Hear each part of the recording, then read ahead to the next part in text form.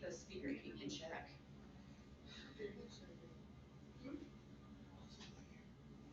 Welcome. Good morning. Good morning. Welcome to the first session of the second annual Healthcare Advocate Summit. I am going to introduce Aaron Vallejo, and he is going to be talking to you about non-compliance with your limited English-speaking patients today. So everybody give Aaron a welcome.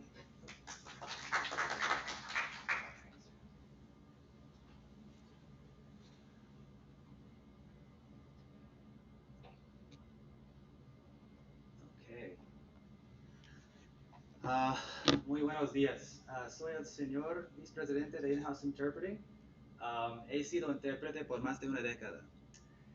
Ofrecemos servicios de interpretación por audio, video y también documentos de traducción. Okay. Y proveemos un servicio excepcional por medio de nuestros procesos de integración con nuevos clientes. Y tomamos una inmersión profunda en las áreas de terapéuticas y el flujo de trabajo de los clientes de nosotros para ayudar, facilitar de una continuidad de asistencia de cuidado médico con los pacientes. Oh, is this supposed to be in English? Oh. You guys didn't catch that? Well, now we know how some of our patients feel, right? When we're in the hospitals working with patients of limited English proficiency. To go over that again, I am Vice President of In-House Interpreting, Senior Vice President. My experience comes from working as a medical interpreter in the hospital, staff interpreter, working directly with patients. With in-house interpreting, we provide over-the-phone video interpreting. So if you've ever used an iPad or a phone to call an interpreter, that's the service that we provide. We also work with document translations. Now, what differentiates what we do is we take a white glove approach to really look at what our clients are doing, their talking points, their conversations with their patients to be able to understand ourselves and then interpret accuracy. Going over, there's a few terms that I'd like to discuss, defining terms that are really common within language services. Go over barriers of care. That's going to be the key point for your team, taking home whether you're here for yourself, working with patients to know how to work better with patients that have limited English proficiency, or to take back to your hospital systems, to your team, your oncology group, and just to share how can we better serve these patients. And then a little behind the scenes of, what is a medical interpreter, right? And best practices for working with them. ADA, many of you are aware, Americans with Disabilities Act. LEP, limited English proficient. That's not saying that the patient doesn't speak English. It's saying that there's a barrier, right? It could be that they are very fluent and very comfortable talking in English, but when you go to court or to a hospital talking with a doctor, the stress of I might not understand what's going on and I might not be able to ask my questions, right? And then our providers at times maybe don't share all the information because there is a gap. And so this is what is determining. It's limited English proficient, being that they may be only Spanish speaking or they may be very fluent but have slight barriers. OPI is referring to over the phone interpreting, and VRI is video remote interpreting. So a few acronyms to throw out before we get started. Once again, if you're here on the side of a facility, working with your group, your team, we're hoping to help you with this presentation to increase your patient satisfaction with your LEP patients, limited English proficient. Help with compliance, right? Title VI of the Civil Rights Act of 1964 is really based on how can we help this diverse population. ADA regulations, but most importantly, improving your treatment adherence, right? Working with these patients, understanding how can we improve their adherence, compliance, and reducing disparities. If you're here for yourself and you're working with patients that are limited English proficient, how can you be a better resource for them in helping them overcome these barriers that you may not have been aware of? Title VI of the Civil Rights Act says, no person in the United States shall, on the grounds of race, color, or national origin, be excluded from participation in, be denied the benefits of, or be subjected to discrimination under any program or activity receiving federal financial assistance. And this is where language services come into play, right? Based on national origin or the language of their preference. A patient should be able to receive information in their language at the same level, the equity that the English speaking patients are receiving it, not at a lesser level because there's not a communication, there's a barrier. But we need to ask ourselves, okay, so there is a barrier, what do we need? What is an interpreter? Anybody have an idea? If you hear interpreter, what comes to mind? A translator, okay, somebody that is transferring a message from English to the language, the target language, right? But who should interpret? That's a different question, right? Could it be a staff member that speaks a language? What about a family member who's very fluent in both languages? How about somebody? So these are the questions we ask ourselves, right? We all want to do what's best for our patients, but do we have the resources? Do we have the training behind it? The single biggest problem in communication is the illusion that it took place, right? We thought we did our best. We we have somebody here who's speaking the language that is transferring this message from English to our target language. Has anybody heard the story of a man, at the time a boy, named Willie Ramirez? Okay. In 1980, there was an 18-year-old baseball player, young, healthy male, right? No apparent signs of any kind of conditions or just young, strapping boy. Went to a hospital in South Florida. There was communicated. He went to this hospital in a comatose state. Wasn't responsive. Okay, so somebody had to speak for him. Comes to the hospital. Why is he here? Why is he not responding? He seems to be healthy. Healthy young men don't just come in here in comatose state, right? His parents were there with him, right? Primarily Spanish speaking, a little bit of English, okay? And so they said they were trying to get the message across, and they said, creo que mi hijo está intoxicado. You hear the word intoxicado, what comes to mind? Intoxicated, right? That's a false cognate in Spanish. Intoxicado means not intoxicated, but it could be food poisoning, something you consumed, an ailment, okay? And so if your provider is intoxicated and food poisoning the same, probably not. He wasn't treated properly. They treated him for intoxication. He must have consumed something, right? He's got an altered status. He's comatose because he ingest. His vital signs look okay. He's just not waking up right now. He had a brain bleed, had a stroke. Okay. I'd like to share a little more about this story. There's some background. That's kind of high level, but let's actually hear what the provider had to say about this because there was a lawsuit that followed. Okay. The ER doctor recalls the paramedics brought in an 18-year-old comatose male with no apparent trauma. In those days, we didn't have a CT scanner in our hospital. All I had was my experience to draw from. His respirations were labored, and I thought he might have a respiratory arrest. I intubated him and got his breathing stabilized. He had pinpoint pupils, which can be caused by opioid intoxication. He had no focal neurological signs, no palsy, no blown pupils, nothing to suggest a space-occupying lesion. Healthy, strapping kids don't come into the ER comatose unless they've been in a car accident or had an overdose. I thought my conversation with the family confirmed the diagnosis, that he had taken an overdose of drugs. I remember coming into the lobby. His mother was there, and I spoke to her through an interpreter that accompanied the family. Okay, so a family member. Um, I had some trouble understanding them, but the gist of the conversation was that he was upset about a fight with his girlfriend and he had taken drugs. Willie's sister, however, remembers the conversation a little bit different. She was there with the mother. I remember him clearly. He was a tall, thin, light-colored man. We Cubans think all Americans look light-colored, but he was particularly light. The ER doc said to my mom that he thought it was drugs, that Willie's condition looked like a drug overdose. My mom was really upset that they said that he took drugs. My mom and I spoke to each other in Spanish. My brother was an all-star baseball player, an athlete. He was really concerned about taking care of his body. We couldn't imagine that he would take drugs. But a doctor said it, so you tend to believe what a doctor says. So we didn't protest. We didn't tell him this was impossible, that Willie never took drugs. In front of the doctor, we just said to each other in Spanish, this cannot be true. Okay.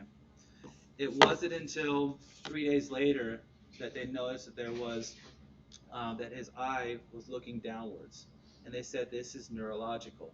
Rushed him to another hospital, got a CT scan, confirmed that he had a brain bleed, and it was so far, it had happened for 3 days, and at that point he became quadriplegic.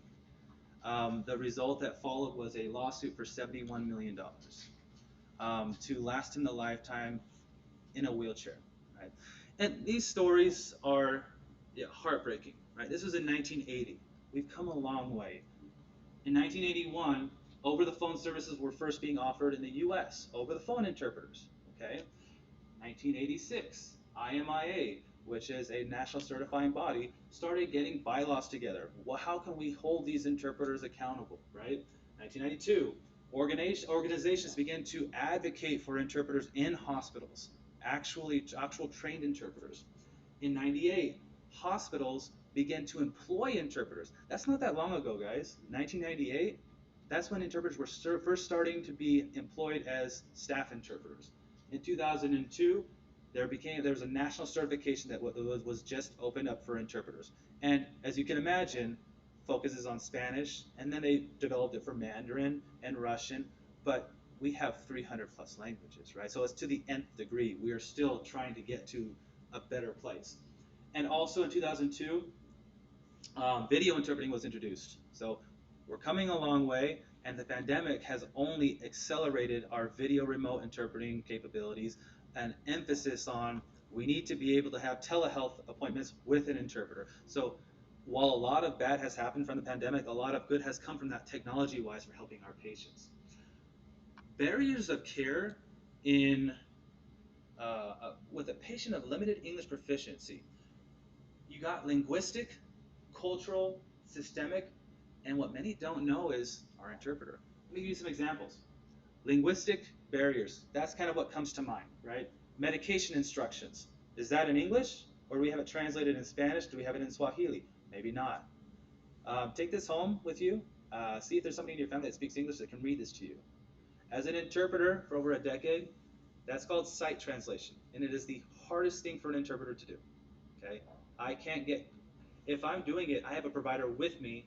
I'm not explaining anything, right? I'm interpreting what's there, sight translating, and they're explaining it. And I'm a trained interpreter who's been studying terminology, procedures for years.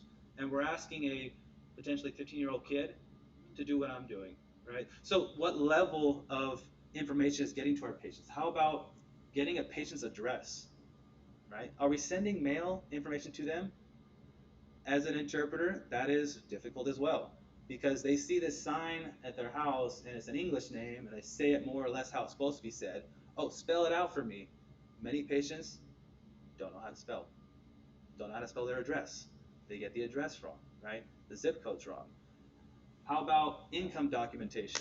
We can get you some financial help, but I need to get your pay stubs. I need to get this, that, and the other. Oh, sure. They leave. I don't know what they were talking about. Let's just do something else. I can't even figure out what they were asking me to do, right? When it's some simple documentation where an interpreter might be able to probe and see if they have that or they know what that is, right? How about cultural, okay? Cultural is another barrier that maybe we don't think of often. Consent forms. Would you be surprised to know that consent forms are pretty much non-existent in Mexico? So if you're giving me a consent form for an ankle surgery, I may look at you like, wait, why are you wanting me to sign this document telling me about risks and benefit? Is something going to happen? What do I not know, right? The fear comes on. How about advanced directives? Why are you asking me about what's going on, right? And so we get into these questioning authority. That's a big one, right? Willie Ramirez's case. This can't be so. He would never do drugs, but we're not going to say anything to him because he's the doctor. Who are we? I was in Mexico. I went to a provider, a specialist, right? It was not because I went there for the specialist. I was there and happened to need a specialist. He gave me a diagnosis that didn't make sense. I, I challenged him on it. He got upset. He asked me if I had gone to Mexico or if I had gone to medical school. Who am I to question him? I said, can I just get a second opinion? He told me to leave. Okay. So while we expect and providers hope that they're challenged so they can educate, well, doctors are on a pedestal. You don't question them. Take this medication. Yes, sir. Why are you taking the medication? I have no idea. Doctor told me to take it, right? Obtaining meds in Mexico. That's a lot of my experience comes from I've been there. I get a medication or I get a prescription for something. The pharmacist does not take my prescription. He says save it for later in case this happens again. I can take this, or oh, my aunt had this. Here, take my prescription, take it in, and get the medication. You find your patients have all these medications that they're taking. Who prescribed these? Oh, I got it in Mexico. Why? I don't know. They told me to take it, right? And the medication may be different. It's the same medication as we have here, but it's a different name. So we have to look up and see what is this medication? What is the equivalent here that we would prescribe, right? How about systemic barriers? Okay, that's out of network. Okay, a lot of our patients come here. They can't tell the difference between a clinic and an ER. It has a cross on it. Why can't you? I'm having chest pains. My arm is numb. Why are you sending me on an ambulance? You can help me here. You have doctors. They don't want to help me. This whole hospital system doesn't like me. It's because I'm Mexican, right? Clinic versus ER. So how about my chart? Okay, you can communicate with your provider on my chart. I need you to go home. I need you to set up an account, okay? And then you're going to log in. You're going to be able to look at all your medications. You're going to be able to send messages to the doctor. You can see where your labs come in. My goodness, they don't even have an email, but you're asking them to potentially open up and create a my chart account, right? A lot of these things that we are follow-up appointments, it's the system, or why can I not go to this hospital system and then follow up over here, right? But what is usually never thought of is the barrier of an interpreter. You might not think. Medical interpreter, we called for a medical interpreter. Here is the medical interpreter. I was a medical interpreter. I still am. It's kind of like you're always an advocate. You're always in it. It's just where you live, right? As an interpreter, going to labor and delivery, trauma bay, consent for cardiac surgery, okay, very difficult. But then now I'm going to a genetics counseling appointment. My goodness, there's a lot of terminology I haven't used in a long time. Okay, I need you to go over here to the for looking up or going to HR with this patient because they have they're wanting to discuss their treatment or why they were treated improperly, and you get to where you have patients that are needing medication, going to oncology appointments, and these conversations get more and more complex. And as a medical interpreter, I'm always going to do my best. I'm always going to try to give my all, but I know what I know and I know what I don't know. And the problem is not that the interpreters, they may think they understand. I think I understand what you're saying. Benefits investigation. Okay. Prior authorization form. Yeah, I know how to say those words in Spanish. How about copay cards or copay assistance? Well, copay, I know what copay is. It's like the money you have to pay before you, right? So, to what level does my interpreter understand? I guess the best way to think of it is if you have agents that are calling patients, for example, we'll say it's a CNA.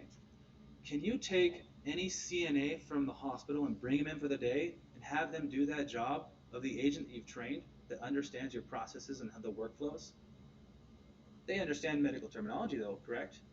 And they potentially understand the processes to a level, to an understanding that they could logically make sense of it and then give that information to the patient. It's very similar. How much does your interpreter understand what you're doing? And when you're working with hubs, foundations, specialty pharmacies, you're working with oncology, right? This is getting to very, very complex conversations. How much does my interpreter understand? Interpreters, there is a medically trained interpreter studies code of ethics, their purpose, right? Interpreting modes like consecutive, simultaneous. So consecutive, you say something, I'll interpret that. Patient says something, I'll interpret that. Simultaneous could be where I'm speaking and we have somebody in the back with a headset. A lot of people in the audience have a little microphone or a little headset as well, and I'm interpreting quietly at the same time as the speaker. I could also do that as a patient is hysterical and just ranting about what's going on. You can't really stop them. I could be next to the provider, interpreting in chuchotage, whisper interpreting in their ear at the same time as the patient, so we get everything accurate. Okay, summarization, right? It could be where there's multiple parties that are speaking and you can't capture everything, but you give as much information as you can in the, that's the worst form of interpreting, but it's better than nothing. And then site translation, those documents we're sending home, reading it, and then interpreting that meaning for meaning. Okay. The interpreting roles. Okay. You may have used somebody to interpret, and you're like, it's not the same as the other guy that I used, right? I feel like they're saying a lot more than what I'm saying. Or that patient spoke for at length and they only said a few words, right? Or I don't think that, I feel like they're really consoling or helping the patient and I'm not even in this group, right? So an interpreter, my role is the conduit. Conduit like electricity, allowing passage of flow, okay? I want to be your voice. I'm the voice of the patient, the voice of the provider, okay? And I am you. I want it to seem like the message came from you. So if I say, ask the patient where it hurts her, I will interpret, where does it hurt you, right? And I want to make it so that feel like they're talking to each other. I want to be in the background. I want to be, everyone come to me. I am the mediator. I am the all powerful. No, I want that relationship to develop, right? A clarifier. Okay, have you ever thought that your interpreter is looking for misunderstanding? That's what an interpreter does. Many say, oh, we have Spanish speaking people in our group that can talk to patients. As an interpreter, yes, the message is important. That's what I'm focusing on, but I'm also looking at your eyes. And I'm also, not to be judgmental, but I'm judging your register, your level of education in the language you're using. Okay, are you speaking in an educated way in Spanish, or are you speaking kind of low register, using terms that you would use if you're less educated? Not that I care how educated they are, but it helps me to see what is the provider saying. That's pretty complex stuff, right? And then I'm interpreting that to a real low register, so I'm going to be looking for confusion. I'm going to say, if they say, you need to get a cholecystectomy, well, that's a really high register term, right? I could say something more simple. Okay. And then I go look in them and I say it, look for the darting eyes, we may need to clarify. Okay. Um, really to go over working best with an interpreter, talk to them beforehand if you have a chance. Let them know what's going to go on so they can anticipate the message. Okay. Pause often. Give them a chance to interpret. Okay. Allow the interpreter to manage the flow. If they need to clarify or ask repetitions, that's good. They want to get your message across accurately. And utilize a qualified medical interpreter when possible and qualified to your conversation. Okay? Um, I'll leave. We have a few minutes. We have 2 minutes for any questions you may have. I'm happy to answer them. Yes? So, two questions actually. First, is there a way that do you have it broken down by region and dialect? Because if I've got somebody who's saying to speak Spanish and I get a Mexican Spanish interpreter, it's not, the message doesn't get across the same. And the other question is, are there people who are trained in like the financial piece? Because I'm not calling them directions. I'm calling to ask about the financial piece. So if you ask for an interpreter who can do financial, we can get that. Yeah, that's a great question. To answer your first question, an interpreter doesn't study Mexican terminology. They study. There are, for example, I can name you 4 ways to say X-ray in Spanish, and if I know, and I help patients from all over, right? Spain, Argentina, Mexico, and I can tell immediately their accent, and I can say, okay, they're from these regions, right? And I can use terminology, and I can see if there's understanding or there's confusion based on what they're using. An interpreter, it's hard to explain, but when I study stroke, I've got like 6 terms that I can use. And so we can go through them and find the word that works for them. I'll be honest, it happens more with Swahili than Spanish. Swahili, Arabic.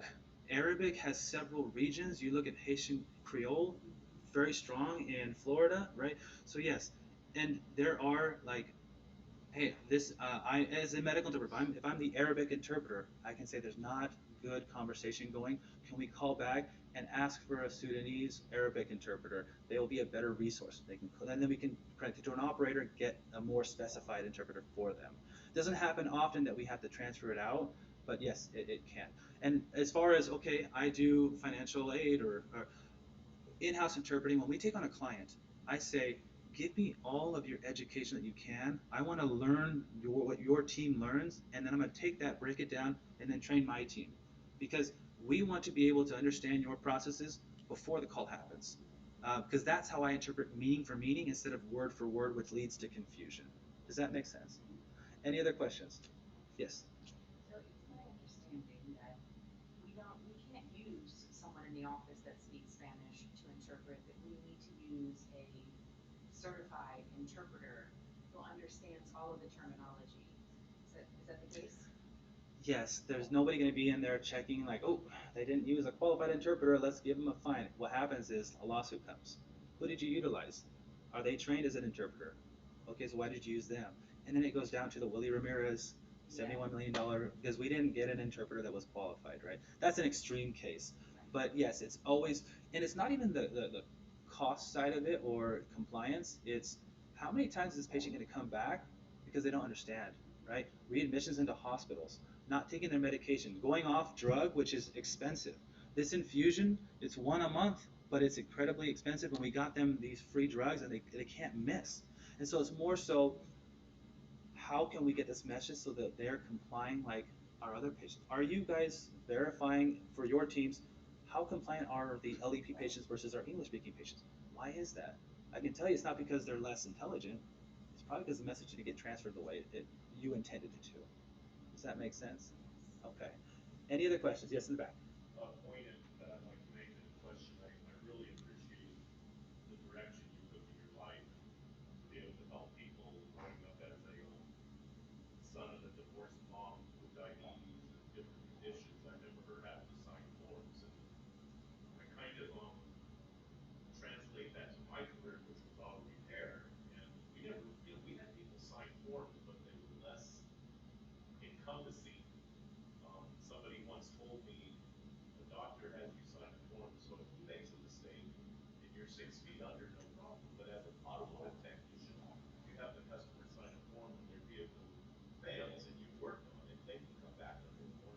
Mm-hmm.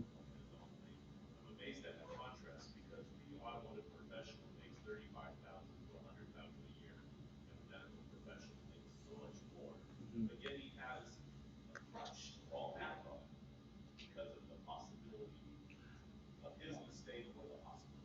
And I would hope that the consent form, the purpose of it is not so much to cover one's um, ba- barrier or cover their liability, but more so, okay, patient, here are this is what we want to do with the procedure. This is our goal. Now there are risks and benefits. I want you to be aware of them. Here are alternatives to this if you don't want to do this. What is so bringing the patient into the decision. There could always be mistakes that are made with any procedure and things that we're not anticipating. MRSA being in the area where there's an operation going, right? Um, but is the patient truly in this conversation if they're LEP? Do they really understand what you're doing, why they're doing it, and what is hoped to be accomplished by it? What is your options, right? Talk to your family. Let's come together. Let's be a team. And so that was my goal as an interpreter is let's bring them into this conversation. There's liability, sure, that's a piece of it, but let's bring everyone together. I do think that I'm getting cut off, right? Yeah. Trying politely. Yeah. Thank you, Aaron. I have a ton of questions for you later, but y'all can find Aaron as you walk around here Yes. in the next few days. I'm sure you have so many questions for him already. So thank you, Aaron, Yes, for I'm happy coming. to